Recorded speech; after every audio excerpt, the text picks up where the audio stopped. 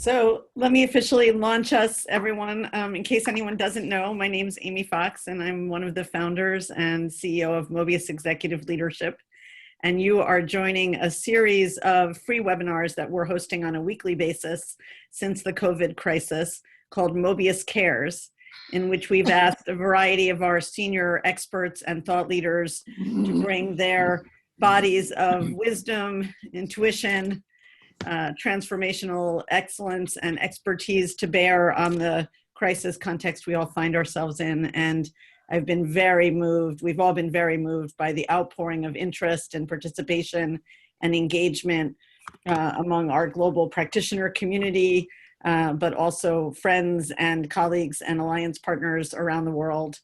So let me say a warm, embracing hello to everyone gathered for this study today. And let me pivot to just introducing our presenter for today, which is a very rare and wonderful privilege and delight. So today we're going to be guided in a program on embodied leadership, on somatic leadership, by a somatic leadership expert, Jennifer Cohen. Karen, you can switch to me if you want. Jen is one of my dearest friends and confidants, and one of the early conspirators in envisioning Mobius as a transformational community and a visionary voice for bringing embodiment and presence, a wider sense of presence and intimacy into the workplace. Jen has been an anchor faculty member since the founding of our Next Practice Institute's annual gathering, every year offering a somatic leadership track. And she also, last year we celebrated Jen and her co-founder at Seven Stones, Gina LaRoche, publication of their book, which I'm sure she'll talk briefly about today. Just super delighted, Jen, to welcome you to presenting in this Mobius Cares series. Thank you for making the time to guide us in your beautiful, rare practices. And I'm smiling from the center of my heart to turn it over to you. Thank you, sweetheart. Hi, everybody. Welcome, welcome, welcome. Oh, such an introduction. Whew. I want to begin with actually a moment of silence and quiet. A moment to remember the sick from this virus. A moment to remember those who have actually passed from the embodied realm from this virus. A moment to remember all of those who've been displaced, which probably in some way, shape, or form is every single being. A moment to remember those who've lost their jobs and their livelihoods. And a moment of deep bow to Mobius for everything over the last 15 years that you gathered and held and offered to the world, and the way that Mobius is being reshaped and recalled and re-asked by this moment. And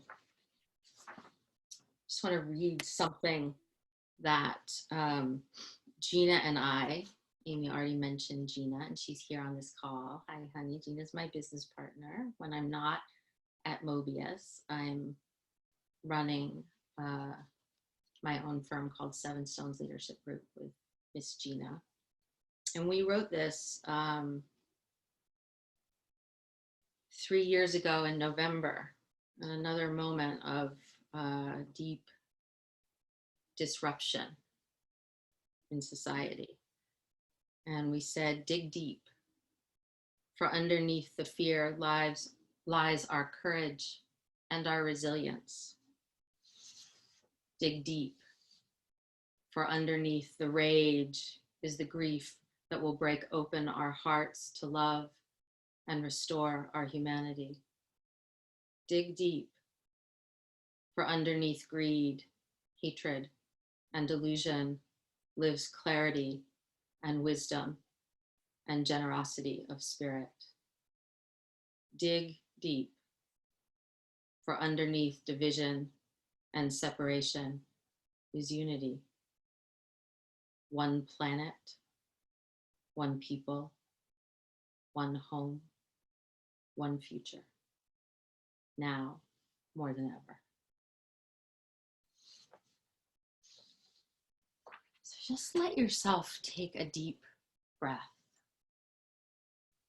And if you've been on 1,000 Zoom calls already today, because some of you are in Europe or Asia and the day may be close to ending or closer to ending than beginning, we really want to invite you to maybe stand up and move around. If you're gonna do that, now want to decode and recover, right? Mentally. So, wow. Karen, can you mute the person? Hello, person. But we want to issue this invitation that you actually start to feel what will work for you to be more here on this call. So you may turn off your video, and we actually recommend that at some time, I only hear weak sounds. What does that mean? Can you not hear me? We can hear you well. Saying they can't hear. You can hear me. You can hear me. Thumbs up. I Okay, can, great. but some people are saying they can't. Some people are saying they can't. 4 people are writing that they can't Still hear. not working. Or 5 people. Oh dear Lord, that does not work, does it?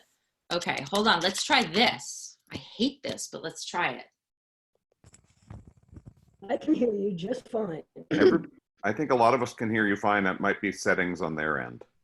Oh, okay. Well, can you hear me fine now? Hi, Adam. Hi Yes, there. better.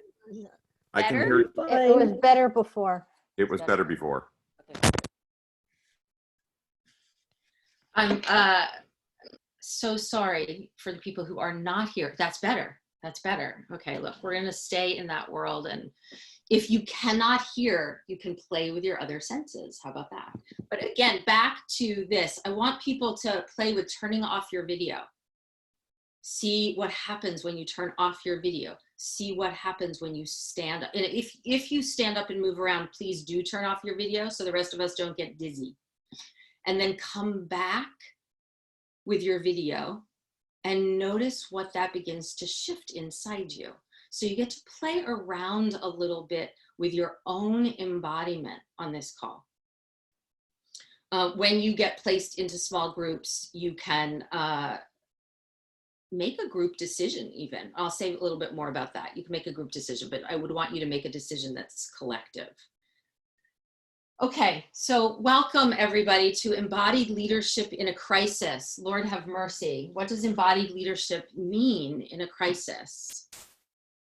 Well, as I've been preparing for this, I've really just been paying deep attention in here. And really, really in here. So if you turned off or you're not looking or you're playing with no eyes, I said in here, meaning my own nervous system, my own system, really asking what is happening in here. And I've also been asking as I sit with clients, as I be with clients in this kind of format, what am I noticing? What do I see? And what are they saying? And what I see myself and all of us doing is really toggling back and forth between these two spaces. And Karen, you took yourself off video. Oh, you're so good, honey. All right, we have a slide for the visual learners. And here's what I really see us toggling between. This is when that Mobius strip is such a beautiful image. I see us toggling between, and I'll do the from list first and then the to list, but it's not, as you all know, it's not linear. We're not doing this in a linear way. We're toggling from sedation And in my house, that's taking the form of cookies. There's a lot of baking happening. There's a lot of sugar happening. And I notice that when I start to feel a certain kind of sensation, especially in the evening, a cookie seems really like a good idea. And it's a way of slowing down or sedating what's starting to rise up. There's a kind of distancing. And one of the things it says at the bottom, as people can see, it says, I'm fine, I'm good. I'll notice that people who are really in a historical, old set of responses are saying things like, I'm fine, I'm good, let's move on. And good often has this like, I'm good, which I was saying to Gina yesterday. I was like, it's such a lie that I'm good. I'm good. And maybe Anne, if you're here, Lovey, you'll talk about this next week in your seminar, but like the voice goes up. It's like it goes away from the truth, away from an embodied state. So we're distancing from what we're feeling, from being with the enormity of what we don't know. And we'll talk a little bit about not knowing in a few minutes.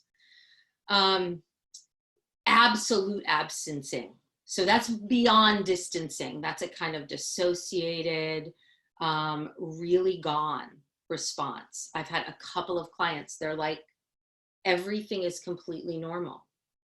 I'm like, wow, that's really, really not available to what's actually happening in this moment. That's really far on the continuum from presence to absence. To some extent, I'll say it like this, to some extent, all of us are coping. Some of us are finding ways, pockets, moments of thriving, or even areas of thriving. But there is no way, I had a colleague and teacher of mine say this, and I think it's a bold claim, but I think it's true. There is no way that if you have a nervous system, if you are an animal, if you are here in a body, that you are not in some way thrown to a survival response and a historical response. There's just no way. We're in a profound existential crisis on the planet. And if you start to feel the fear, the anxiety, the shutdown, the coping, the enduring, the numbing, if you start to feel that, you'll start to notice the way it's playing out in your system. But there is a way, if we choose to start to feel it, and I'm going to say something about choosing to feel it or not feel it, that there is a thread running through all of us of, do we even have a future?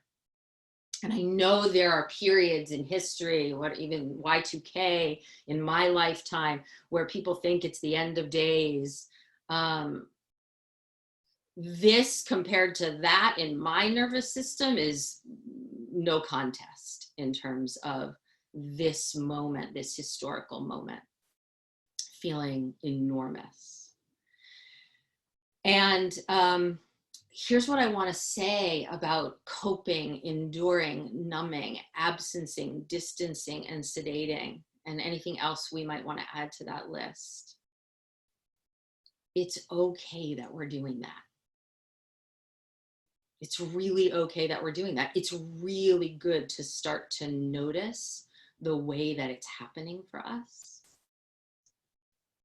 It's really good to start to notice that. And it's really good to start to notice the way our clients, so many of us on this call are practitioners. Certainly, if we're not a practitioner, we're leading a team or an organization. It's really good to start to notice the way our people are doing that.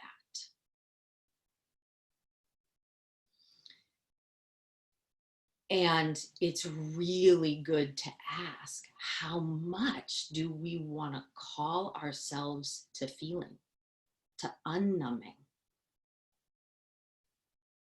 to beginning to thaw, which is work in embodied leadership we do anyway, and it's a question we have to ask anyway, which is the historical patterns, the ways we sedate and distance and absence and cope and endure and numb, the ways we do all of that kept us alive. They're honorable. One of my old teachers and mentors who's on this call, hi Marcia Shank, used to always say to me, we come by it honestly, Jen, which is a phrase I love and I've repeated a million times since then. We come by those patterns honestly, and they do actually support survival. And many of us are in a survival moment. So there is nothing good or bad or right or wrong about doing them. They're to be discerned. How much, how many cookies before things get out of hand? A couple cookies. Okay, look at me, I'm putting my hand in the cookie jar. What is it that I don't want to feel? What resources do I have to feel what I need to feel? If I don't have a lot of resources internally or support-wise, I might want to, stick with a couple cookies. So we want to be really discerning on lists like this. You all are so sophisticated, but lists like this can, there's a right way and a wrong way, right? Sedating, distancing, those are bad. And stillness, closeness, presence, thriving, resting and restoring, all that are good. The mind likes the binary, right? We like to do that. We're not suggesting that.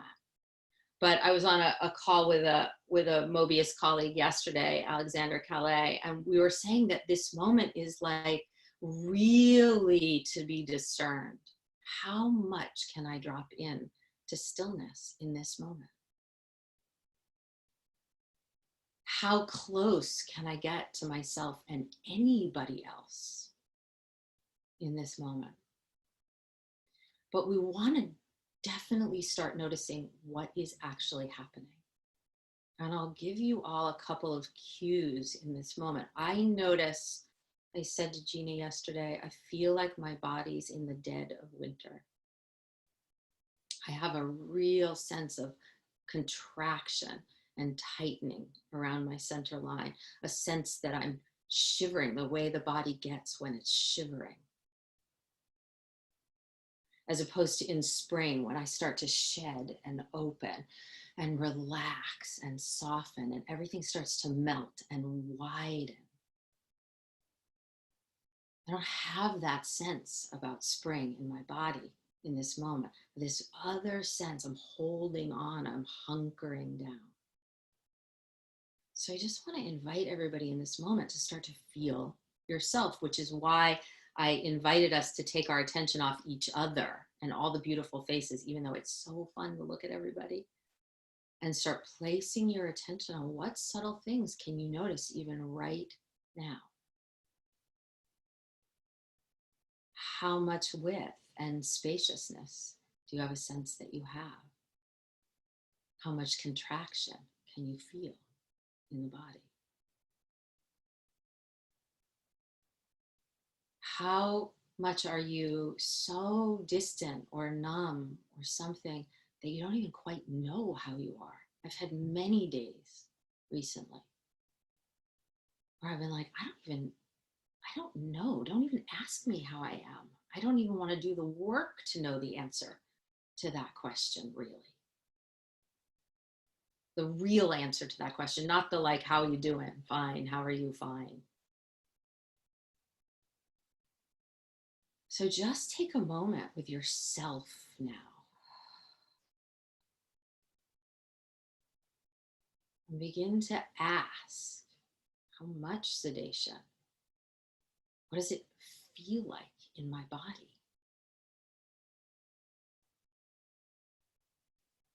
How much am I enduring this moment?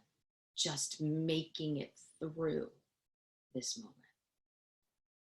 Yeah, you can pull the slide away, I think, Karen, and just let people be with themselves either way, whatever.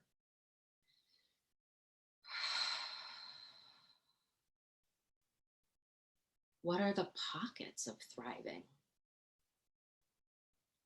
In what way are you able to rest? And I don't mean rest like sleep or on that side. I mean rest like feel safe enough, feel at home, feel relaxed inside oneself. Are there pockets of that, places of that you can feel?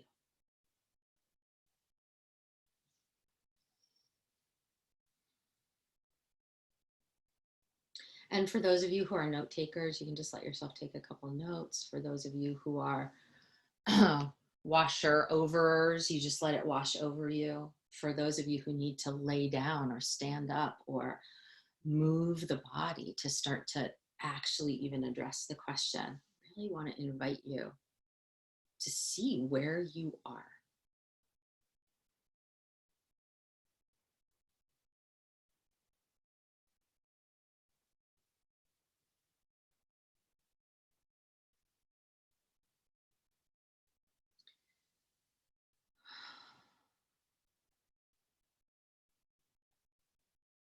And then I'm gonna shift us for a moment. I want you to take note of this in the way that you do. And then when we break up into our small groups, I'm gonna invite you to investigate with one another. Sedation, numbing, absencing, distancing, coping, enduring. Stillness, closeness to self and other, presence, thriving, resting, feeling. And I want to say something now about 3 embodied phenomena that I think are running through pretty much everyone. And the first one is fear. And I just want to say something about working skillfully with fear.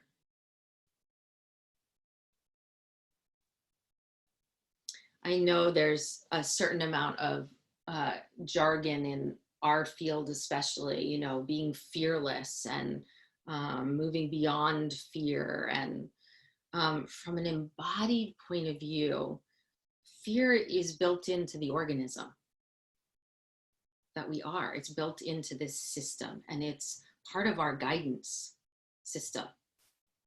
It's part of how we know what's happening for us. Fear is neither good nor bad. It's a function of being alive, and it's a directive. It's really good to be afraid when something's chasing you. That's wise. It's really good to be afraid when you don't know if you're going to survive. That's good information for the system. The thing that happens that so many of you know happens and are seeing happen, hopefully in yourself and in your teams, in your people that you're serving, in whatever way you're serving people, is the fear collapses in and gets stuck and frozen. People stop moving. They become immobilized by the fear. Or they start to act out the fear in unskillful ways. Those are really the 2 ways it's most likely to show up: immobilization or moving really quickly from the fear, using the fear itself as the guidance. And the first thing, and you can again play with this while we're here on the, I was going to say on the phone, but that dates me, doesn't it? On the, whatever we're on in the virtual universe together. You can start to go like, well, how do I know I'm afraid? Am I afraid? How would I know? How do I feel it? Where does it live inside me? What is fear? How do I sense it? One of the things I've noticed in my own journey around sedation and numbing and not even knowing is that it's really hard right now to even feel the fear, to even touch the fear that's here. As soon as I start to sense the fear, I want to move away from it, back to something else, some other state, either a pseudo bypassed resting state or a real resting state, or back to sedation in some way, shape, or form. So it's such a good to start to notice, like, oh, how are we navigating this terrain? And what does it feel like in our system? And then there's really like, I'm afraid. There's really starting to get to know the way fear is operating inside you right now. And then how we transmute that, how we gather that energy, how we gather it to actually inform where we're going to move to. It doesn't direct us, but it starts to be information we use and energy we use. It's energy. All emotion is energy in motion, in theory. It stops being in motion, that's when we're in trouble. There's no trouble with any feeling, any emotion. It's just trouble when it stops moving. So fear moving, transmuted, becomes courage. It becomes, I mean, have you ever been told you're courageous? And then you're like, that wasn't courage. I was scared out of my mind. I was scared out of my mind. Are you kidding? Most people don't feel courageous when they're being courageous. They feel like they're losing their senses in a sense, right? But it starts to transmute itself and call us forward. That's an embodied phenomena. We got to move the energy. And then we also have to ask a set of questions. What do I want to do with this fear? How do I turn it into courage? What is right action? There's a whole set of questions that follow. That's all I'm going to say about working skillfully with fear, though, for right this moment. I want to point to two other phenomena that are both part of the animal in us and the human spirit in us. And those are working with unpredictability and the unknown. And, you know, the nervous system in us doesn't like either unpredictability or the unknown. The biology in us likes homeostasis. It likes stability. Cells go towards stability in one way or another. We go towards stability in one way or another. Again, neither right, wrong, good, or bad. But we like to be organized, stable. And we talk about the whole system that we are in embodied leadership as an organization. A physical, anatomical, emotional, physiological, spiritual organization. And we are, if you are not disorganized by this, I would love to meet you, because we are fundamentally disorganized right now.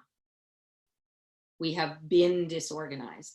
And at the animal level, we just want to go back to what's predictable and what's certain and what's known. And there was this exercise I gave myself yesterday in preparation for this, like, how long can I go without trying to know something about the future right now? How many minutes or hours or conversations can I have in which I do not attempt to know anything about what's going to happen? It's really hard.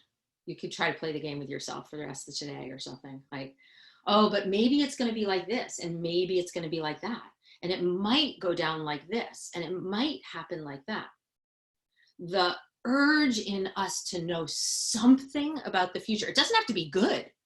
We'd rather know it's all going to come to a crashing halt than not know.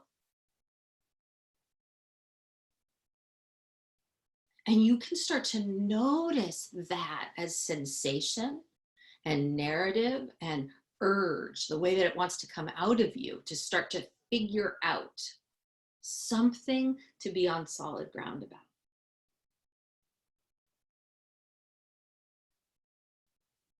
Now, the human spirit totally digs the unknown. That's where all creation lives. That's where all possibility lives. In embodied leadership, we say that's the space between the in-breath and the out-breath.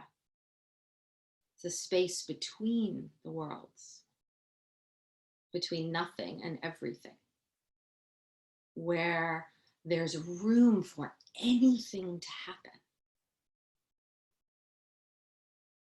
And it's actually not easy to get truly to this space where there's just nothing, because we take so much of our embodied history into the present that to be actually in a space that's empty, where something truly new can happen, it's pretty rare. It takes some work, some cultivation of the soil of who we are to actually let go into the emptiness, to let go into the unknown. Body work is a great teacher for this. Meditation's a beautiful teacher for this. There are many, many practices that are beautiful teacher for this capacity. And we're getting a massive collective lesson, a crazy collective lesson, because nobody knows. I mean, people are trying to come up with models, and the data people are flipping out, trying to gather all the data and build models, and everybody's trying to figure it out. Move towards something that we could predict, something we could know. And again, I'm not saying that's good, bad, right, or wrong. It's human. And I think the discernment is, how much do we try to understand the future, and how much can we tolerate? And it's an embodied toleration. How much can we hang out with? We don't know. We don't know what's coming. We don't know what we're going to rebuild. We don't know where we're going. We don't know what's possible. And then in the not knowing, I'll borrow a phrase from our Mobius CEO. In that space of not knowing, the future can whisper to us.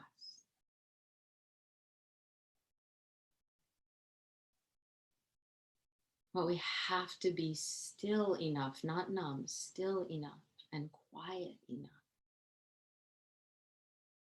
and present enough. So this is where the need to be able to toggle back and forth, to have some access to the other side of that polarity, is so critical. Because if the future is going to whisper, how do we know? Does it whisper through our belly? Does it whisper in a song? Does it whisper in a poem? Does it whisper in a vision? We have to actually be available to receive the offering from the future, which is really different from using our cognition and our nervous system to try to figure out what's coming. Mostly when we do that, we just regurgitate a version of the past. If the past wasn't too bad, you're doing pretty well. If the past wasn't so grand, you're regurgitating something that wasn't optimal for who you are as a being, for your community, for the planet.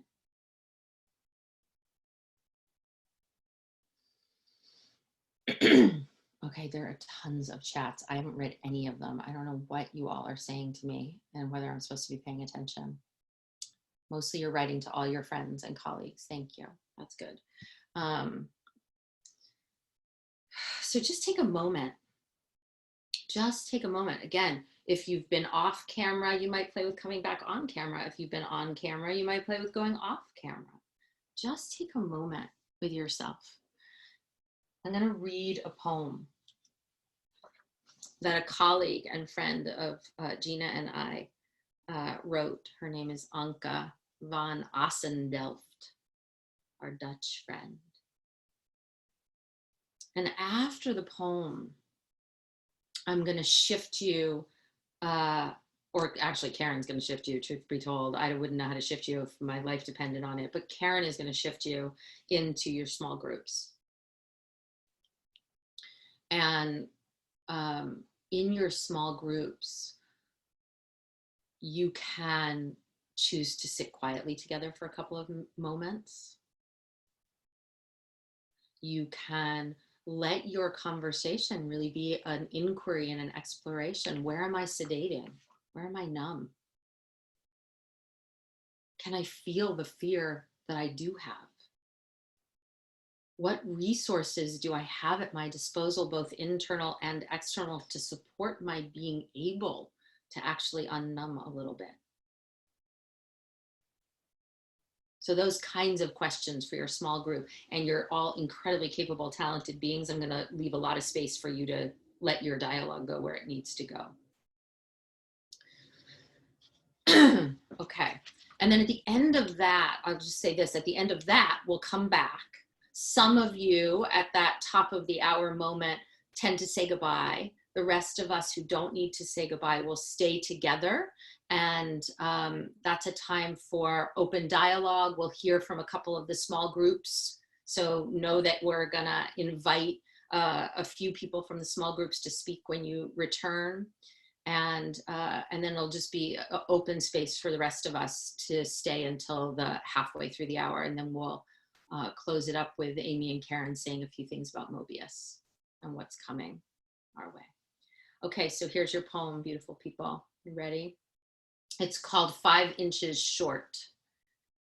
5 inches short of crazy or insane, and 10 centimeters long of ferocious fear. Frozen in time, I cower under at least a couple of extra thick covers, curled in a tight ball, clutching the imaginary pillow, or belly pressed tightly against the mattress, just so that I don't have to feel the agony of the almost dead and dying, of a mass extinction of sorts, of the stronger ones, the weaker ones, the softer ones, the ones we have stuck in homes discarded by the side of the road, dumped them out of the out of control speeding car we call modern life. What happened to that life? Life blood, life energy vibrating with the all that is. We have placed God, goddess, divine outside of us and danced around the truly golden calf called money and printed more of it, so liquid meant not life but the illusion of enough, so that we would stay out of freak out somewhere between 5 inches too short and 10 centimeters too long. So let yourself take a deep breath.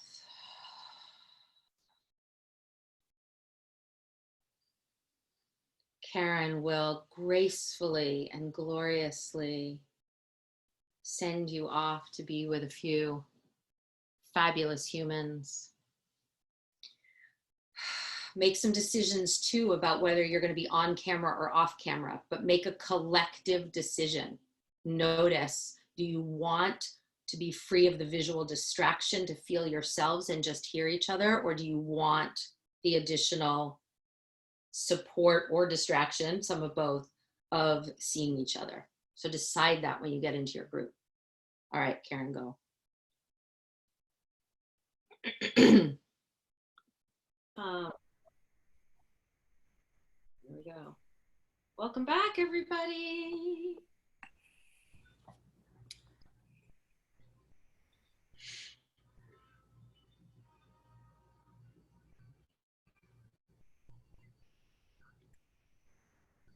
As people are rejoining, just bear with us. It takes about a minute to gather all the small breakout groups back into a unified field. So we'll start in about a minute's time.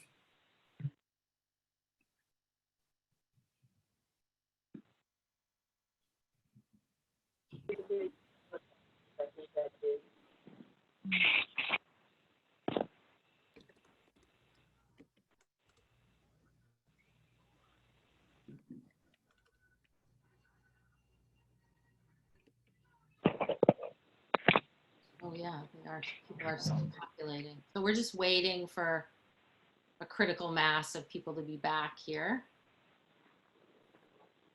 There's a little bit of a bardo space between the small group and the large group. You get to walk between the worlds a little bit on your way back to the large group.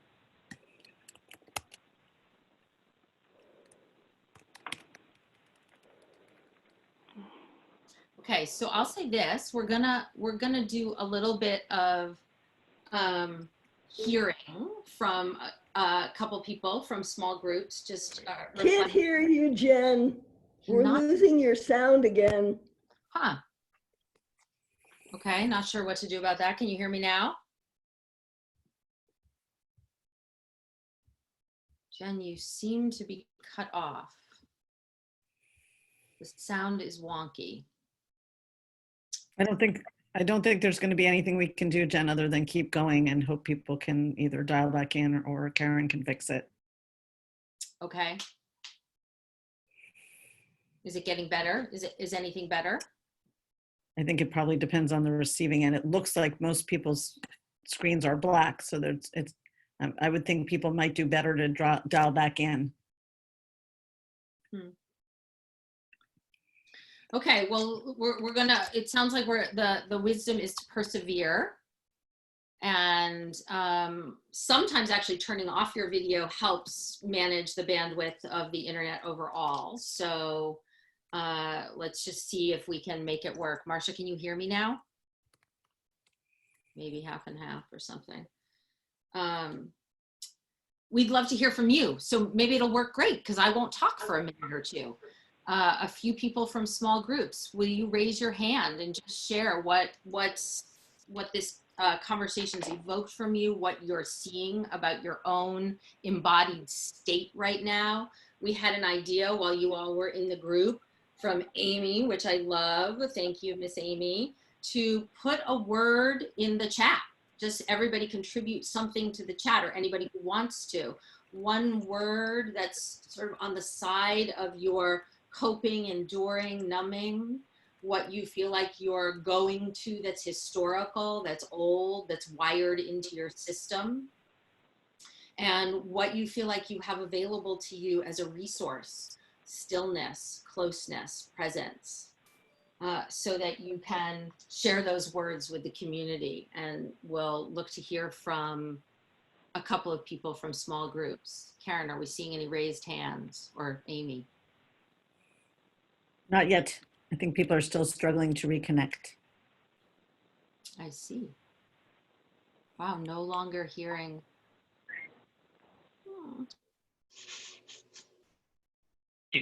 If you use computer audio or phone audio, it works fine. I've been able to hear you all along. Susie has a question, Jen, so maybe we could ask her to come on live. Okay, great. And if not, I'll switch and I'll say a few more things about embodied leadership as a whole. Go ahead. So this is Susie Willis, and what was really sweet in our group in the conversation, so this is more of a reflection than a question. Yeah, please. Was that we talked about the idea of how when we name what an action is, or we make a judgment about an action, so like the cookie jar stuff, is that one of the things that one of our colleagues, are we getting back, what do you call that? We can hear you well, Susie, we're fine. Okay, I won't worry about it.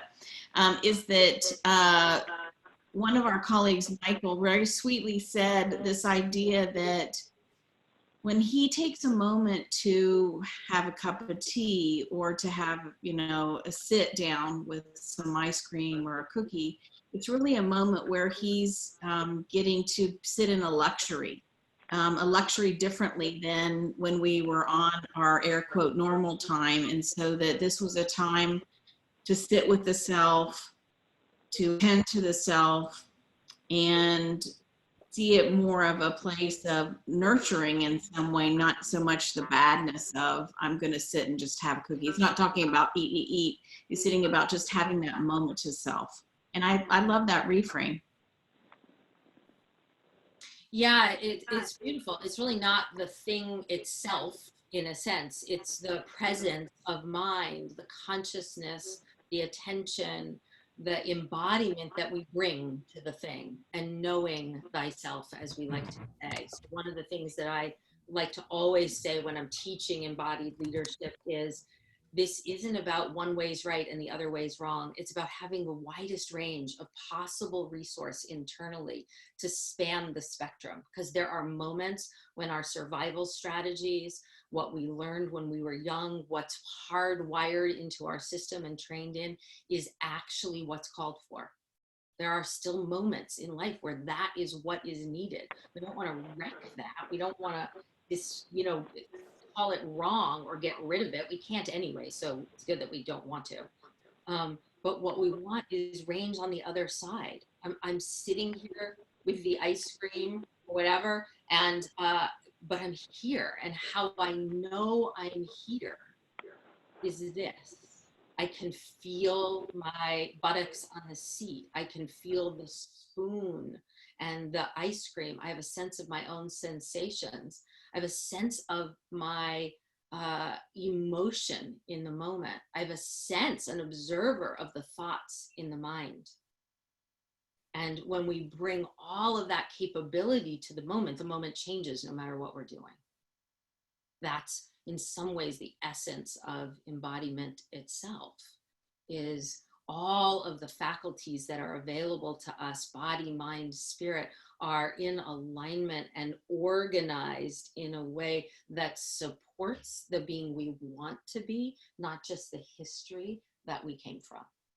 That's really the simplest way to say what it is. And we are, for the duration of the time here, we are in a body. That is our primary home and our primary vehicle and our primary portal and our primary playground.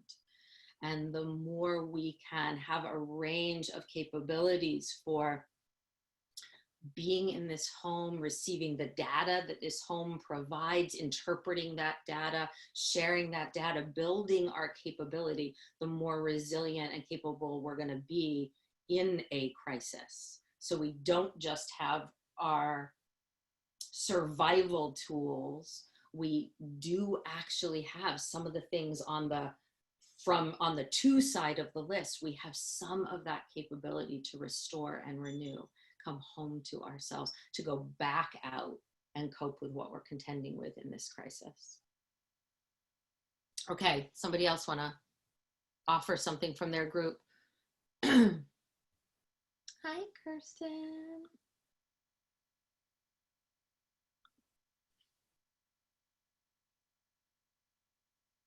Nobody raised their hand, Jen, so I'm thinking maybe to just, as we have still another 15 minutes, if you want to teach a little bit more, I'm sure people would find that wonderful. Yeah, great. Oh, thank you so much. Okay, I got it.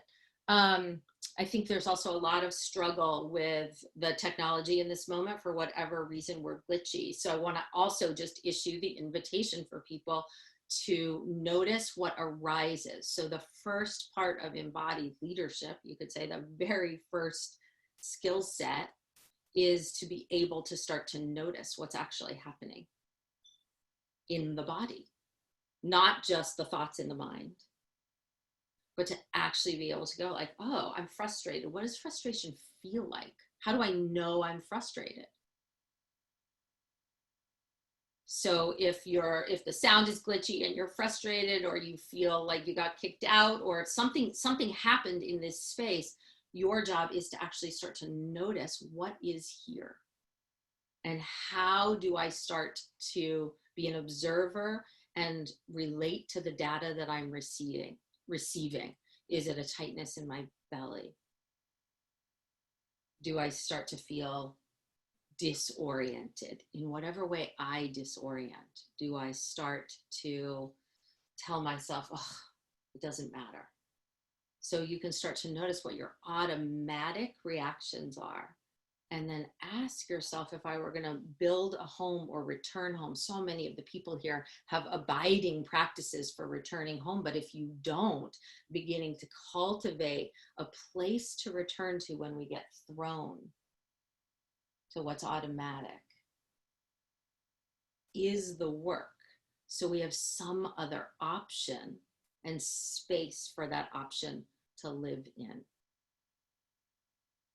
I am curious if people have questions. So you may not want to report from your small group, but there's plenty of people here. Do you have any questions for me about embodiment, about the crisis, about what you're experiencing inside yourself? And if there really are no questions, I can keep talking, but I'd much rather hear from you. Kirsten? You have to Somebody asked Jen if you could say more about what you mean by returning home. Okay, yeah. Kirsten, Kirsten, let me do that and then I'll get to your hand, okay? So the truth is, for many, many people, the body does not feel like home, actually. The body does not feel like a place of rest, or for some people who start on a journey of embodiment, the body feels like the enemy, or certainly feels like a stranger to them. What are you talking about, body?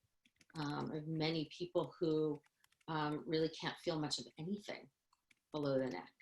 So I can see where the question, what does it mean to come home to the body?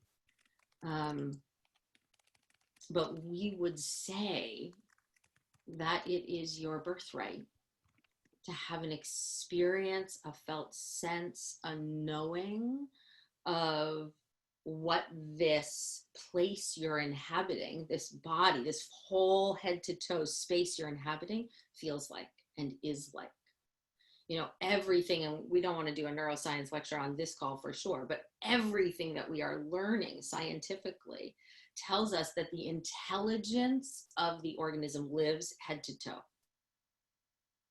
The brain is distributed through the central nervous system, all throughout the body. The belly sends more signals to the brain than the brain sends to the belly. There's so much research about the way that we have misunderstood intelligence, or certainly narrowed it to be one kind of intelligence, and that this somatic intelligence, this understanding of the data that lives below the neck, all the information, all the resource that's here, is what I would call home, if you will.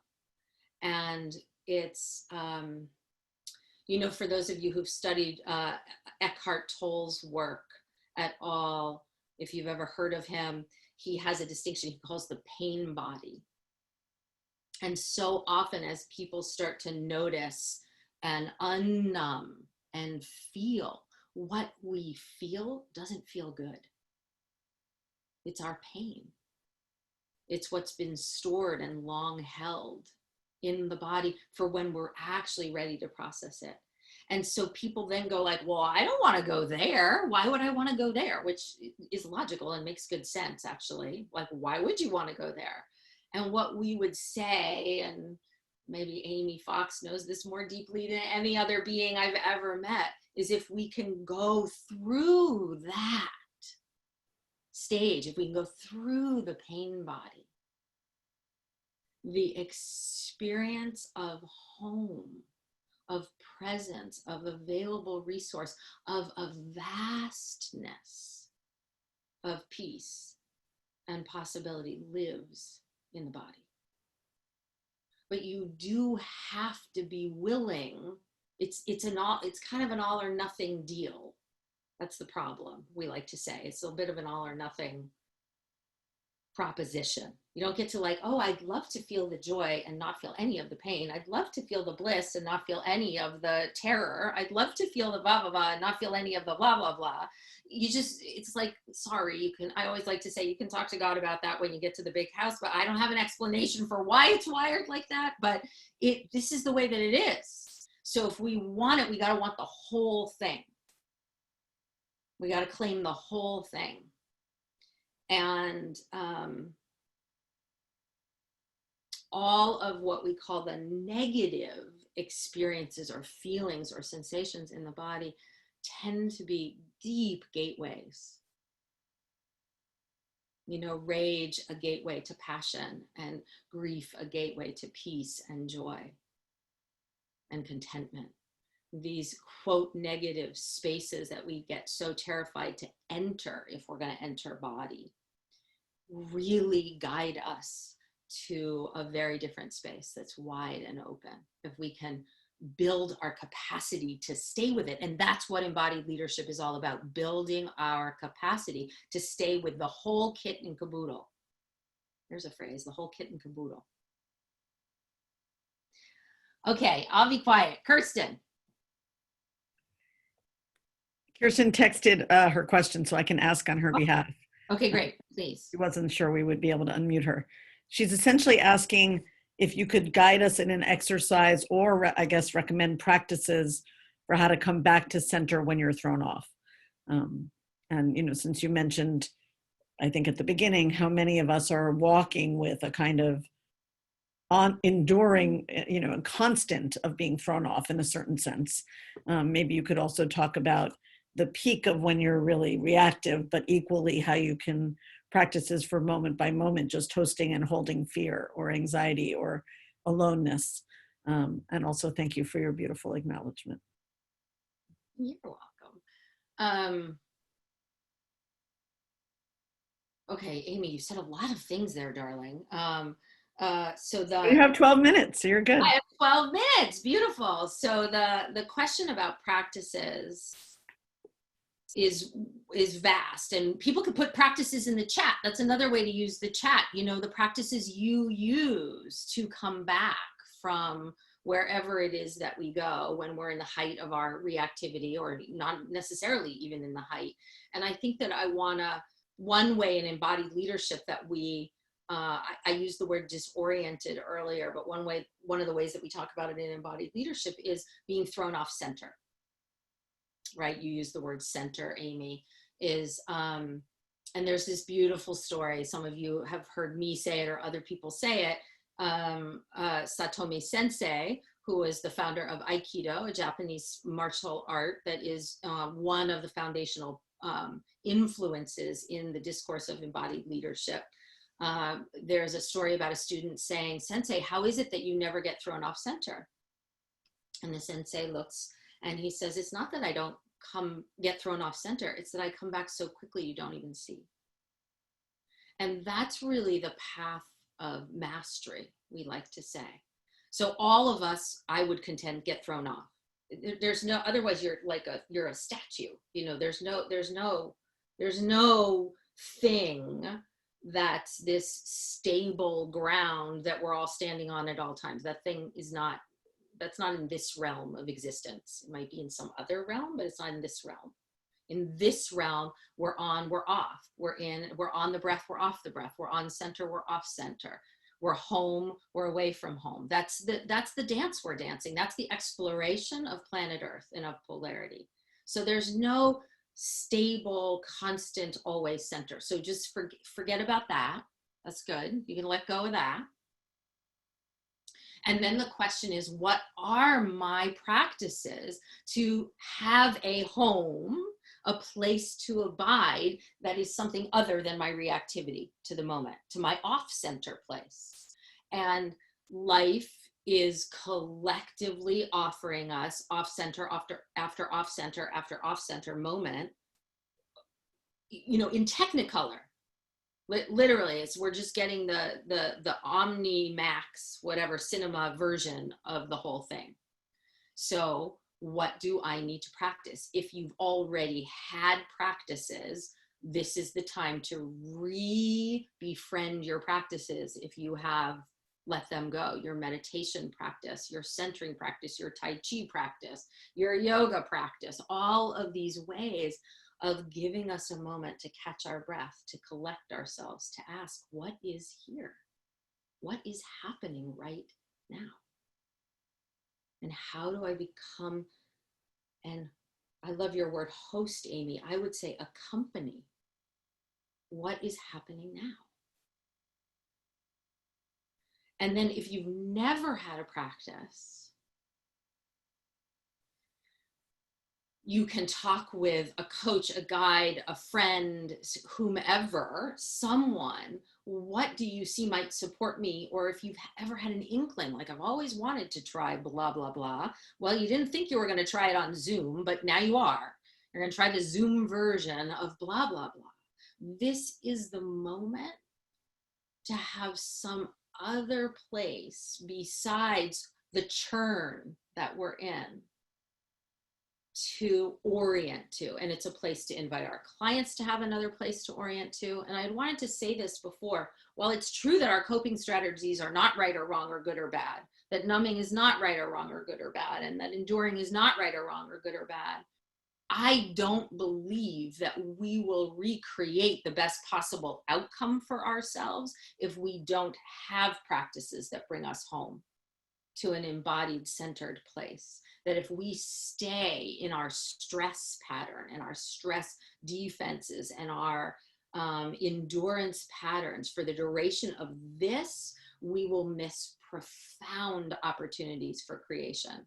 And to go back to what I said earlier about, to really be able to tolerate, and I mean tolerate like be with, not like put up with, like to be with the unknown and not immediately catapult yourself to some known future. You have to have a practice like the one that we're talking about, or the ones that we're talking about. You have to have that, or the mind is so untrained, and the sensations in our body, we're so untrained to stay. Wendy Palmer always says she has this great, here's a really simple practice that I can offer everyone. I'm borrowing from you, Wendy Palmer. She takes her one hand at the heart center, and she descends it down to the belly center. And then she takes the other hand. She goes like this. And then she says, stay, Wendy, stay. It's like a puppy, right? Stay, Wendy, stay. And if you do it, it's so soothing. It's like, oh, that's so nice. It's like, what happens when you pet a puppy? We know all this, the hormones that get released, all the rest of it. We start to actually invite ourselves. It's okay to be here. It's actually okay. See, what happens is in our histories, so much of what we felt dangerous to us. We had no way to understand what was moving through us. We had no way to process. If there's trauma back there, those sensations, strong sensation gets coupled and affiliated with the bad thing that happened. So as we start to come home to the body, as we start to go like, what is this sensation? We have that fire and wire together thing where all of those sensations that are in the present moment, not dangerous, not a problem, they're wired and fused to those old ones. So it starts to look like, whoa, that's not okay. I can't feel that now. And it's actually, people sometimes in embodied work say the body never lies. And what I like to say is the body tells historical truths. So the body's not necessarily caught up to present time. So in present time, all that sensation might actually lead me to ecstasy or bliss or joy or possibility. But because I have no capacity to stay with the intensity and enormity of what's happening, I shut it all back down. It feels so much like that old thing that I'm like, no, thank you, not going to go near that. So we don't want to spend the rest of our lives robbed of all the possible sensations that we get to have for all the ones we were having that were so not processable at the time and not coming from a loving, wholesome place in our world. So I hope that addresses some of that. Is there anyone else who wants to? We have only, we actually need to pause, right? We need to stop right here. All right, everybody take a deep breath. Thank you so much for your kind attention and your participation. We're so sorry collectively on Mobius's behalf for all the disruption in the audio. Hopefully people can hear on the other side. We're here if you do have questions that you wanna relay to any one of us. And I turn it back over to you, Miss Amy. Thank you so much for allowing me to be here with the Mobius Collective. And just thank you, sweetheart, for everything you've built and everything that's here. Thank you, Jen, so much for the teaching and the quality of your presence and connection to everything that was happening throughout this time, our time together, but also this time in the world and in this moment to bring that voice of potential and embodiment and a willingness to walk through the darkness is so, so important. and needed. And I'm sure everybody really appreciated the wisdom that you offered. And I also want to echo Karen's chat comment and Jen's comment that we're of course sorry it was disrupted in the technology, and we'll get to everybody that signed up the original offering as Jen presented it, so you can watch it later. And if you are watching it later, again, we're so glad you got a chance to see Jen's teaching. Just a couple of announcements, everybody, before we sign off. Wanted to let you know that all of the Mobius Cares seminars that our thought leaders are offering, Jen's teaching today, but everything that has happened up until now and all the forthcoming ones through early July are open source available on our Mobius website under the banner Mobius Cares. Please post them on your social media, share them with friends, make them as widely available as you can. They're really intended to be a resource for everyone during this time. And I'm really happy to just let you know the next 2 sessions we have planned. Next week, my sister Erica will be leading a session on May 6th, also at 11 Eastern, bringing her Winning from Within methodology to bear on the COVID context. She titled her seminar, Leading Now with All of Your Inner Wisdom, or said a different way, all your inner facets and aspects. So please join us for that session. And the week after that, the Wondrous and Gottlieb, the director of our presentation and presence practice, will be guiding us May 13th, again at 11 Eastern, in a session she's calling Re-entering Presence in a Contracted World, which will be a beautiful companion to Jen's teaching today on embodiment. So we encourage you to join us live and to share the videos with your friends. Again, everything's archived on our website under Mobius Cares. So Karen, thank you for pulling this all together on our behalf and producing each of the sessions. Jen, thank you for being a giant yes today and over many years of dear and precious friendship. And thank you everybody for taking the time to be part of our community journey in this challenging moment. It's really precious and touching and inspiring to see each of your faces and each of your souls bound together at this moment. So our love to you and your families, and we'll see you soon. Bye. Thank you.